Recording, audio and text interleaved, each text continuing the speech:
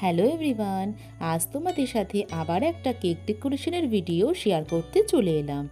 এই কেকটা 2 পাউন্ডের মধ্যে ব্ল্যাক ফরেস্ট ফ্লেভারে ছিল। যেহেতু সেদিন সারাদিন বৃষ্টি হচ্ছিল, তাই এই কেকটার ভিডিওটা আমি ছাদের ওপরে শ্যুট করতে পারিনি। এই ভিডিওটা আমাকে ঘরের মধ্যেই করতে হয়েছিল।